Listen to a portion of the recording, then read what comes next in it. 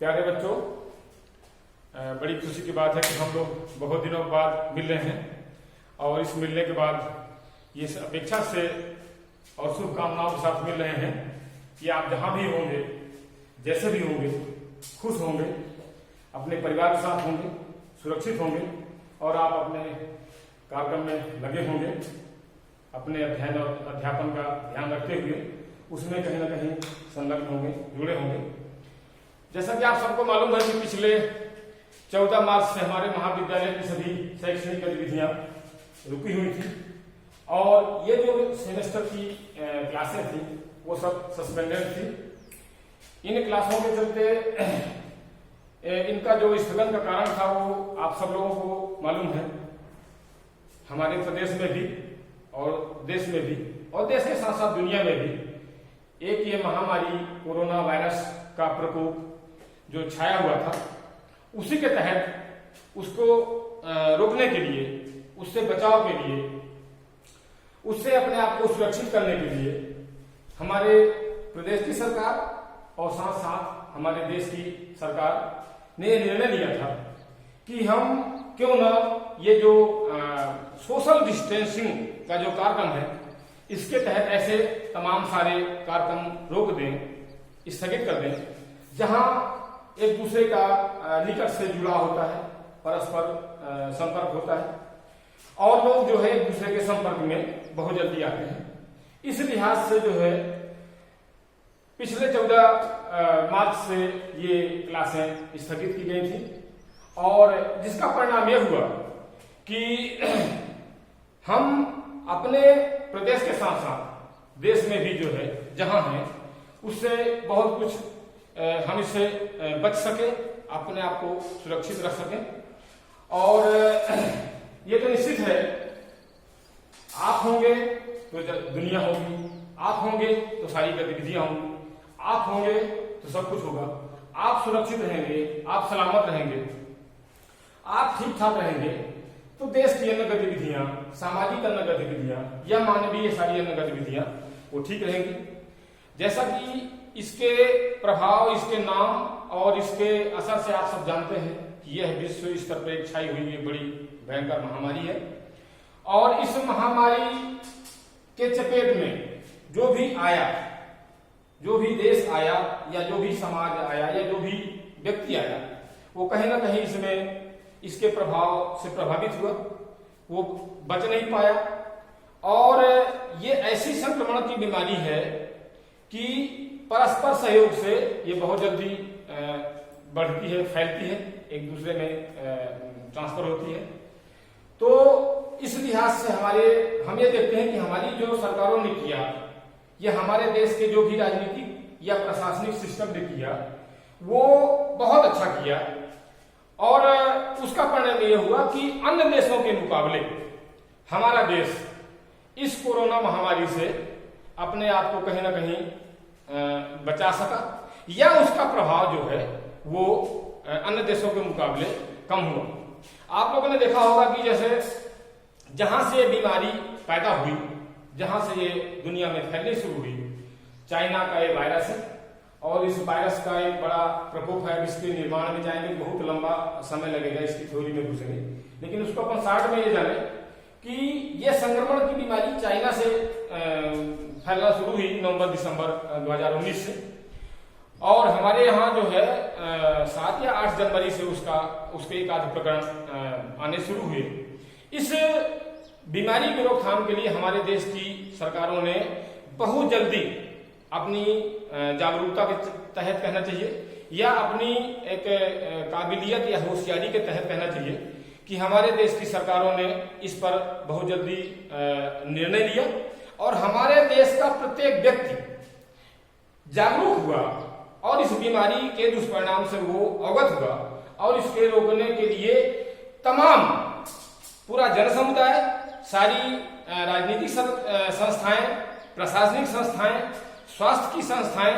और हमारा जो राजनीतिक अमला है इसने इस पर एक्शन लिया और तो हमारे देश की सरकारों ने इसमें बहुत जल्दी एक्शन लिया और जिसका परिणाम ये हुआ कि अन्य देशों के मुकाबले हमारे देश में बीमारी तो आई, लेकिन अन्य देशों के मुकाबले इसका प्रसार कम हुआ, लोग इससे कम संक्रमित हुए। और भगवान न करे कभी ऐसा किसी का हो कि इस महामारी से कोई इसकी चपेट में आए या किसी की जान जाए या हमारे देश की, हमारे समाज की जन धन की हानि हो, ऐसा कभी किसी के साथ में न हो। तो प्यारे बच्चों, आप लोग जहां भी हैं, जैसे भी हैं, शासन के द्वारा निर्धारित जितने भी इसके संबंध में निर्देश हैं, इंस्ट्रक्शन है, उसका पालन करें और अपने जीवन को सुरक्षित बनाए रखें। सामाजिक दूरी अवश्य बनाए रखें। आप जहां हैं वहां ही रहें, भले ही चाहे थोड़ा बहुत तकलीफ ही क्यों ना हो, आप किसी न किसी प्रकार से परेशानी में हो, उसमें आप थोड़ा परेशानी सह करके लिए आप सुरक्षित रहें और शासन के निर्देशों का पालन आवश्यक रूप से करते रहें। अपने आप को इस बीमारी से बचाए रखें और इसके बाद भी, इन तमाम कार्यक्रमों के बाद भी आप कहीं न कहीं सामाजिक या मानवीय गतिविधियों में लगे रहें। आप अपने ही जैसे दूसरे लोगों को जागृत करें, अपने ही जैसे दूसरे लोगों को बताएं, या कोई अगर आदमी आपत्ति में है, विपत्ति में है, तो उसकी किसी प्रकार से मदद करें। शासन के निर्देशों का पालन करें। स्वास्थ्य विभाग के द्वारा जो इस संबंध में बीमारी की रोकथाम के लिए जितने भी निर्देश बताए गए हैं, जैसे मास्क लगाएं, निरंतर हाथ धोते रहें, एक सामाजिक दूरी बना के रखें, क्वारंटाइन में रहें, सामाजिक दूरी बनाए रखें, कहीं भी भीड़ भाड़ जगह में न जाएं, या जो भी प्रभावित या संक्रमित लोग हों उनसे बचे रहें। तो इस प्रकार से इस महामारी से बचने के लिए हमारे देश की सरकारों ने, और खासकर हमारे प्रदेश की सरकार ने, और हमारे प्रदेश की सरकार के साथ साथ हमारे देश के हर व्यक्ति ने इसमें अपनी जागरूकता का परिचय देते हुए अपनी सहभागिता दी है। लिहाजा इस बीमारी का कम प्रकोप हमारे यहाँ है। हालांकि कुछ न कुछ तो है और अभी है, लेकिन इतने बड़े जन समुदाय में अगर हमारे यहाँ बीमारी है तो अन्य देशों से बहुत कम। तो इस लिहाज से हम उसमें दूर हो गए थे। लगभग 1.5 महीने के बाद हम आप लोगों से फिर मिल रहे हैं। मुझे विश्वकर्मा सर कहते हैं। मैं इसी doctor B R Ambedkar college में प्राध्यापक हूँ और पॉलिटिकल साइंस 4th सेमेस्टर के संबंध में आज हम यहाँ चर्चा कर रहे हैं। हमारे इस सिलेबस का लगभग सभी पेपरों की, जितने भी पेपर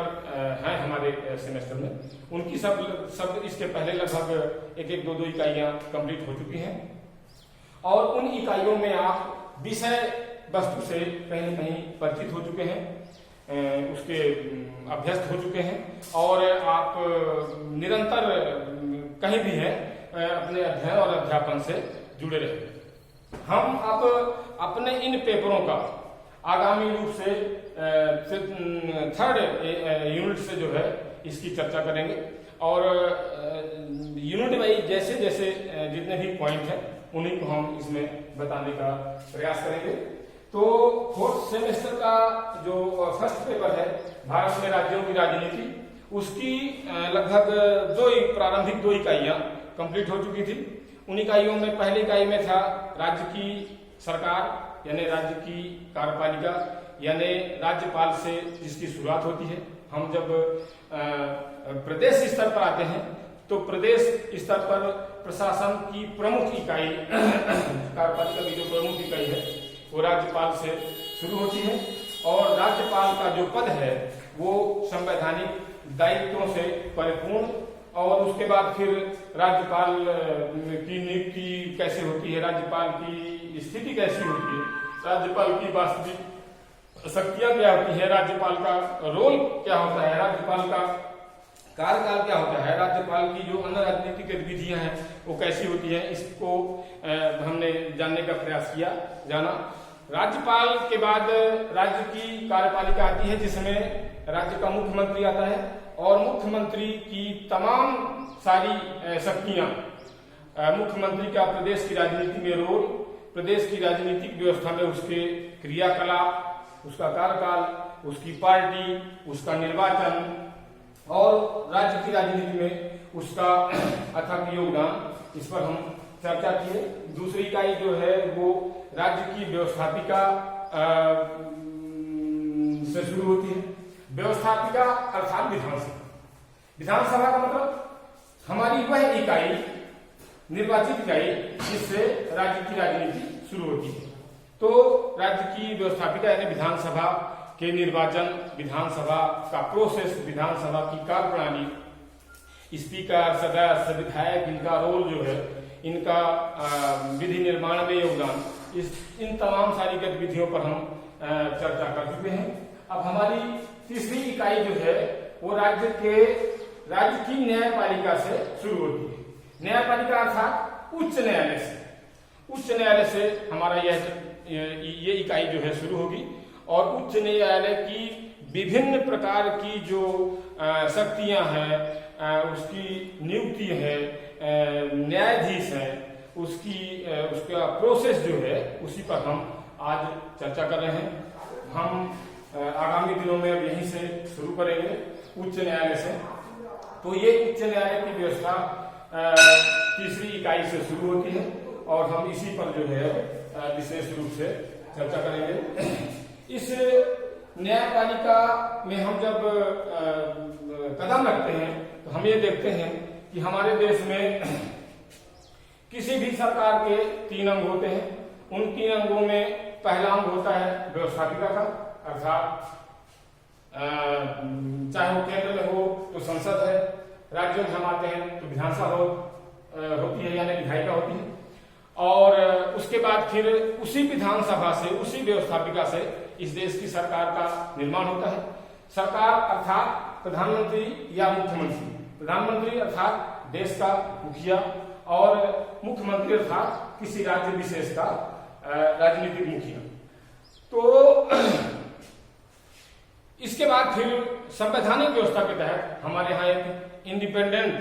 न्यायपालिका की व्यवस्था की गई है। इस न्यायपालिका का उद्देश्य, इस न्यायपालिका का काम जो है, हमारे देश में संवैधानिक अभिरक्षण का काम है, संवैधानिक संरक्षण का काम है, और साथ साथ हमारे देश के प्रत्येक नागरिक के अधिकार या कर्तव्यों का जो संरक्षण है, उनका काम इस न्यायपालिका को सौंपा गया है, दिया गया है। केंद्र की माने जो देश स्तर पर जो प्रमुख न्यायालय है उसे हम सर्वोच्च न्यायालय या उच्चतम न्यायालय कहते हैं। संविधान में जिसका वर्णन 5वें भाग में अनुच्छेद 200 भारत के संविधान के भाग 5 के अनुच्छेद 124 से लेकर के 147 तक में सर्वोच्च न्यायालय का वर्णन है। और राज्य की न्यायपालिका में जब हम आते हैं तो भारत के संविधान के 11वें भाग के अनुच्छेद 224 से लेकर के 224 से लेकर के 231 तक में राज्य की न्यायपालिका यानी उच्च न्यायालय का उल्लेख, उपबंध किया गया है। इसके पहले हमारे देश में अंग्रेजी राज्य व्यवस्था के तहत उच्च न्यायालयों का जो गठन है भारत में, पहली बार भारतीय उच्च न्यायालय अधिनियम 1861 के तहत एक साथ अंग्रेजी राज्य सरकार के द्वारा मुंबई, मद्रास और कलकत्ता में उन उच्च न्यायालयों की स्थापना की गई थी। उसके बाद 1862 में इलाहाबाद उच्च न्यायालय की स्थापना की गई और उसके बाद फिर आजाद भारत में यानी भारत के संविधान के लागू होने के बाद, क्योंकि हमारे यहाँ एकात्मक और संघात्मक दोनों व्यवस्थाएं हैं, तो चूंकि हम राज्य के उच्च न्यायालय को पढ़ते हैं इसलिए हम यहाँ संघात्मक व्यवस्था का उल्लेख करेंगे। और उस संघात्मक व्यवस्था के तहत हमारे देश के प्रत्येक राज्यों के अपने अपने एक स्वतंत्र उच्च न्यायालय है और जिनका उपबंध भारतीय संविधान में इस प्रकार से किया गया है। इस प्रकार से जिस प्रकार से उच्च न्यायालय का काम देश की न्यायिक व्यवस्था को बनाए रखना है, उसको संरक्षित करना है, उसी तरह से राज्य की न्यायपालिका का भी काम राज्य के लोगों के अधिकार, कर्तव्य, उनका दायित्व और सभी संवैधानिक संस्थाओं के कार्य, क्रियाकलाप या उनके दायित्वों का निर्धारण, संधारण करना है। और उनके बीच में कहीं किसी भी प्रकार का विवाद है, मतभेद है, कोई समस्याएं हैं, तो ये हमारा उच्च न्यायालय भी सर्वोच्च न्यायालय के तहत ही सर्वोच्च न्यायालय जैसे ही राज्यों में उसका समाधान करता है। इस प्रकार से उच्च न्यायालय की व्यवस्था पर हम लोग चर्चा करेंगे और उच्च न्यायालय के गठन से हम अब इसकी शुरुआत करेंगे। मैं इसके बारे में थोड़ा सा आप लोगों को बताना चाहता हूं कि आप इसका अवलोकन जरूर करें और इसको अपने संज्ञान में लाएं। ठीक है सर।